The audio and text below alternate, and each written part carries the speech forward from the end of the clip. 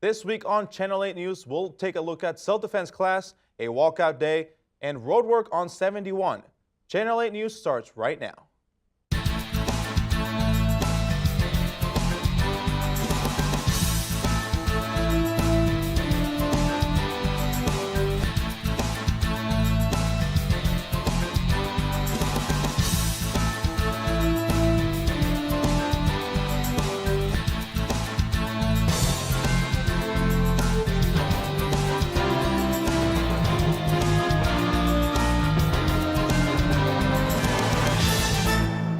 Thank you for tuning in to Channel 8 News. I'm Alex Sanchez. And I'm Shannon Clement.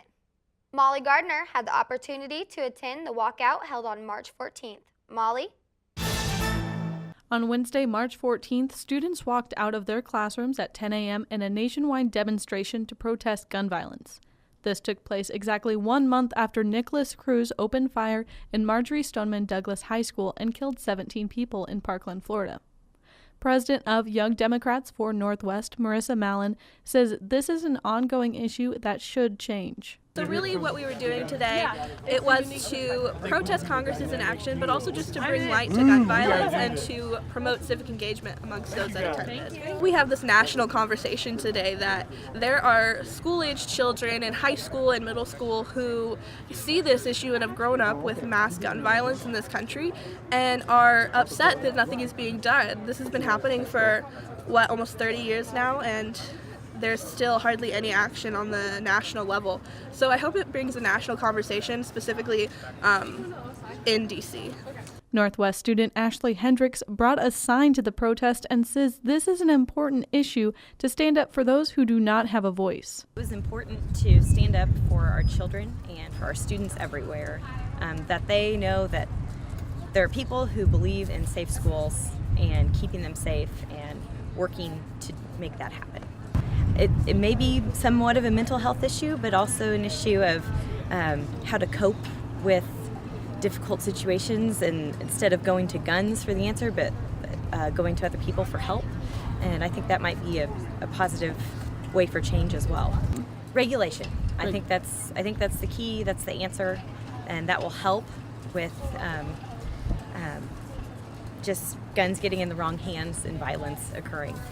Student Senate Vice President Alyssa Lincoln is a gun owner, but offers her own insight on the matter. I would like to firstly provide a little insight into why I'm standing here today. I identify as a proud gun owner and concealed carrier, but I'm also an advocate for gun control and proper handling, licensing, and training of guns. I consider myself an outward opponent of concealed carry on campus, and I think I bring a unique perspective to this conversation.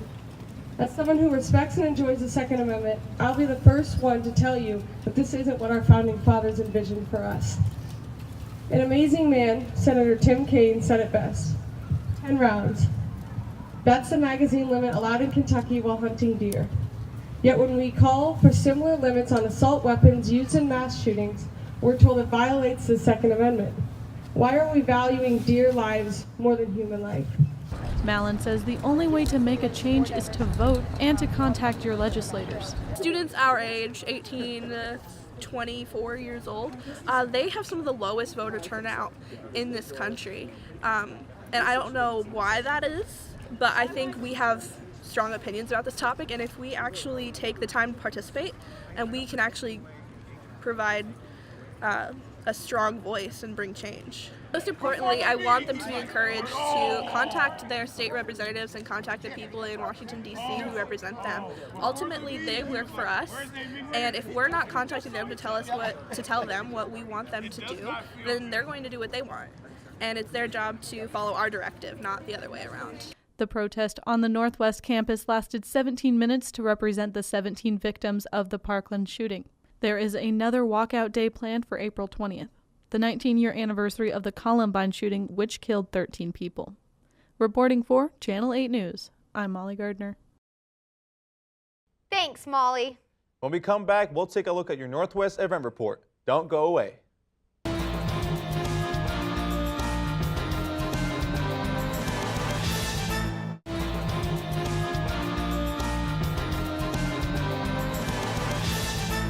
Welcome back to Channel 8 News. I'm Shannon Clement. And I'm Alex Sanchez.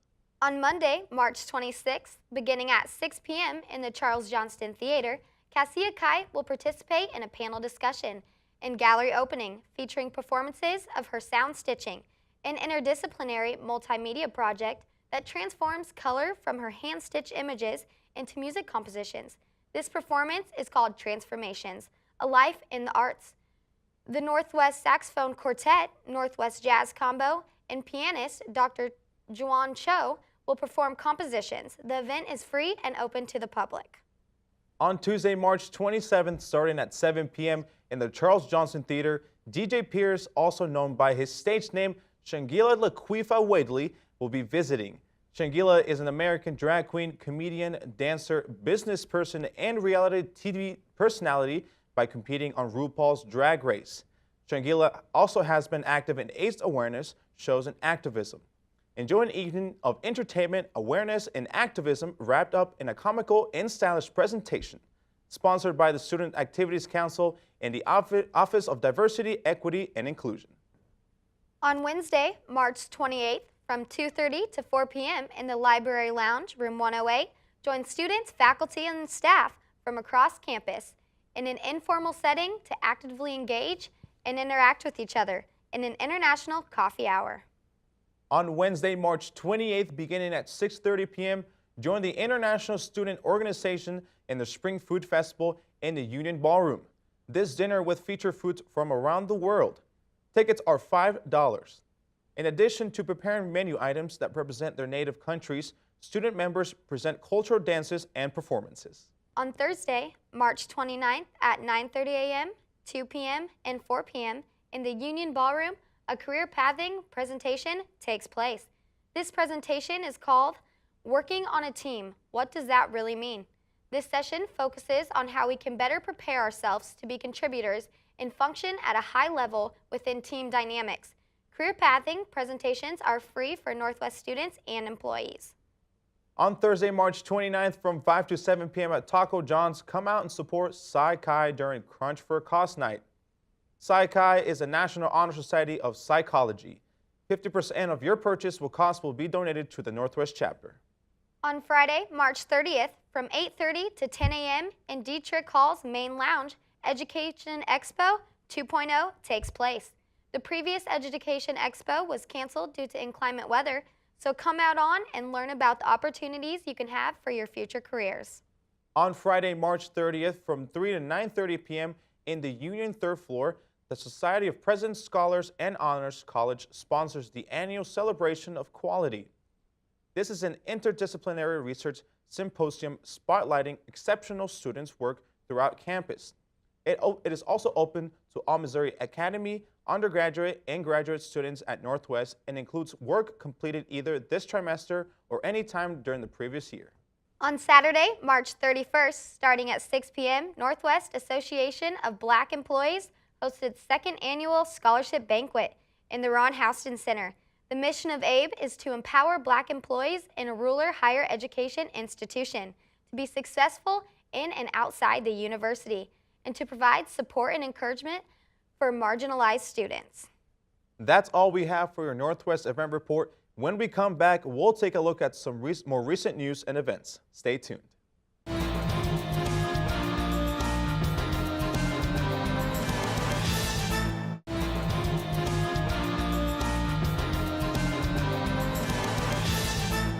Welcome back to Channel 8 News. I'm Shannon Clement.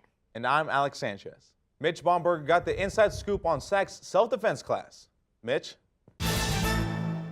SAC put on a special defense seminar for students on campus. Health science and wellness instructor Dr. Damon Lees taught this seminar. Dr. Lees stressed that the technique is not the most important part of the seminar, but instead having the basic motion. This event was more of something to show some different type of moves, some punches, some kicks. Most importantly, to give some self-confidence to those that were participating, to get them to be able to do something. Block, kick, punch. Don't expect anybody to learn all the moves, but most importantly, what we do expect is that hopefully it will get them to do something if they happen to get attacked or grabbed or something along that line. SAC has been spreading the word about the event beyond just the campus. So I saw some posters around the union, as well as my mom sent me a link to the event, majorly hinting she wanted me to come. Lee speaks the importance of students taking the time to learn self-defense before traveling for spring break. You know what? A lot of kids are out. There's a lot of people that are out. Everybody knows when spring break is. People start to get a little lax. I would imagine that a lot of unfortunate things can happen during spring break. Spring break's a great activity, great opportunity for our kids to blow off some steam. But at the same time, other people know that, and to protect themselves from those that maybe are blowing off too much steam or get too aggressive. This seminar was not intended for a person to learn everything about self-defense in one night. Lee himself is still learning. I've been teaching self-defense now for, I don't know, about 18 years. Taught at another university, I've been teaching it here, and I've been picking up moves here and there. Started with my dad, he was a Green Beret, learned some stuff from him. Picked up some other stuff through some other instructors. I'm always learning new moves. I try to, when I teach, to make it something that's simple, almost juvenile in a way that helps people remember to do something, and something that maybe the move isn't exactly correct, but at least it is something that will help them get away from an attacker. With the fear integrated in society, no one can be too prepared, according to Choder. I think it's always important for anybody, especially, in today's society or in a college campus. You never know. Like, you always need to be kind of prepared. Like, coming here, I had a lot of family members, friends kind of warn me, don't walk around alone at night. Make sure you're, watching out. So it's just something that's always helpful to have, in your back pocket, I guess. Stay safe, Bearcats. I'm Mitch Bomber, reporting for Channel 8 News. Thanks, Mitch. When we come back, we'll take a look at some more national headlines. Don't go away.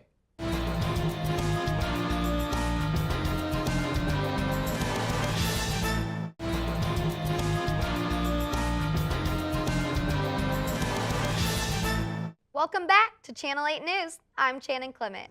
And I'm Alex Sanchez. National School Walkout Day was on March 14th. Democratic members of Congress joined a student gun control protest outside the capital of California. Representative Nancy Pelosi was one of those members. Our CNN affiliate has the story. Let's take a look. Nancy Pelosi.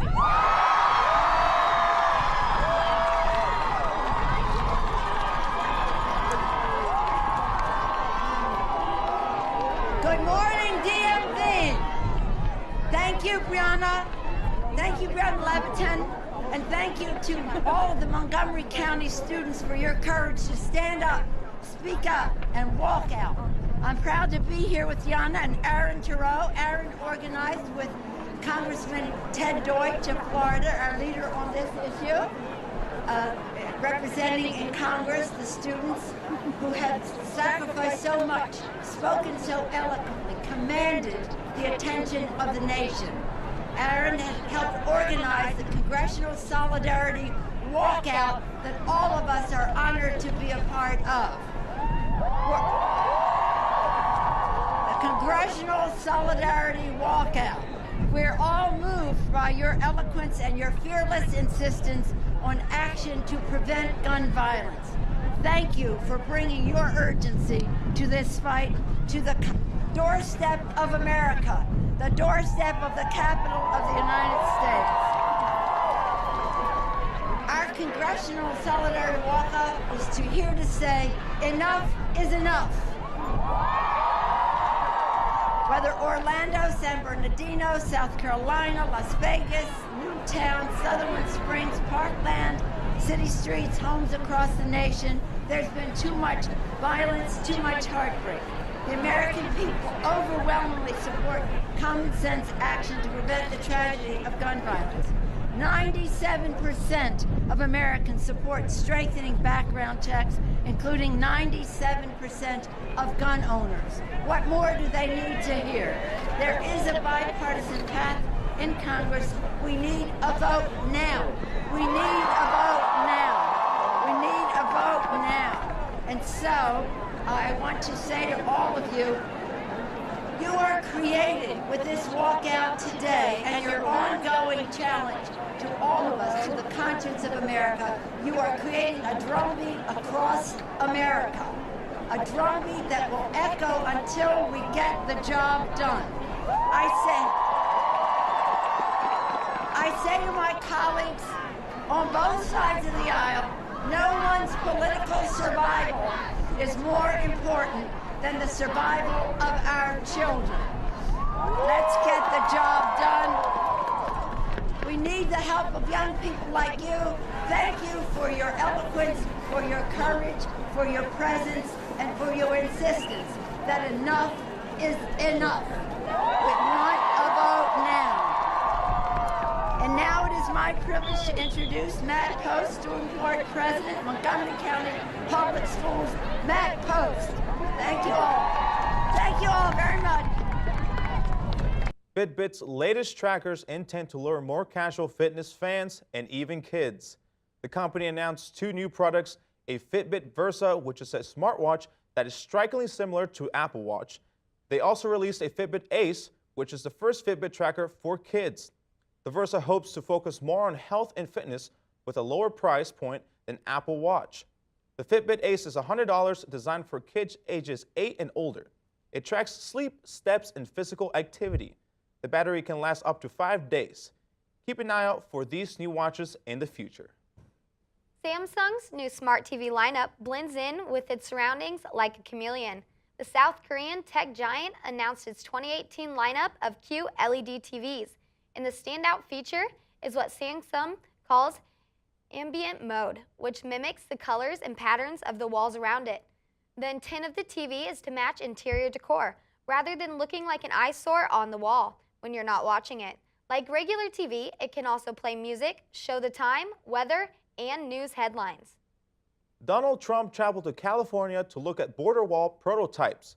Supporters and anti-Trump protesters gathered nearby to make their feelings known. Our CNN affiliate has the story. Let's take a look.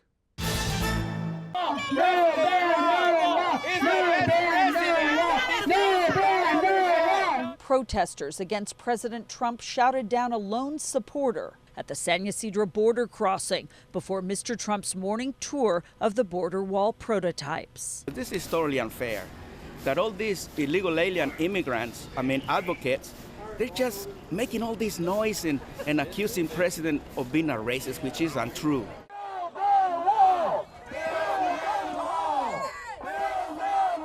Nearby in Otay Mesa, around 300 pro-Trump demonstrators set up shop in a vacant lot near the international airport. They called themselves the Welcome Party. Young and old wore red, white, and blue, carried signs and waved flags. People drove down from Pasadena, Riverside, and Los Angeles to celebrate the president's arrival in California. I just wanted to see Trump and support less taxes in California, following the Constitution. That's really important to me. The country right now is going through a lot of dire straits right now, and but we feel that he's actually fulfilling what he promised he would do, and that's what we're here to stand. We're here for. At the border near the display, there was a big law enforcement presence. A small group, both for and against the president, came early. So it doesn't make any sense to me, because desperate people that want to really come to work are not going to let that wall stop them. It didn't stop me. It is possible to work together, but I feel that Donald Trump is only about himself, and he's not cooperating with anyone else. The crowd of demonstrators grew to a few hundred by the time the motorcade passed by. The scene was peaceful. After looking at 8 different wall displays, Mr. Trump used part of his time in San Diego to attack Governor Jerry Brown. Well, I think Governor Brown's done a very poor job running California. They have the highest taxes in the United States. The place is totally out of control. You have sanctuary cities where you have criminals living in the sanctuary cities. At 22, many of us are finishing up college and hoping for a stable job after graduation. Piyush Srivastava is a little different. He started a biotech company and collected millions of dollars in capital. He created a 3D scanner to be able to diagnose heart diseases in 90 seconds. He hopes to start bringing 3D heart scanning technology to hospitals and emergency rooms across the country as early as this year. Well, that's all the time we have for this week. For more information on stories that matter to you, like us on Facebook at /KNWT8 or follow us on Twitter at KNWT8News. Northwest Sessions is up next. From all of us here at Channel 8, I'm Alex Sanchez. And I'm Shannon Clement. Have a good night.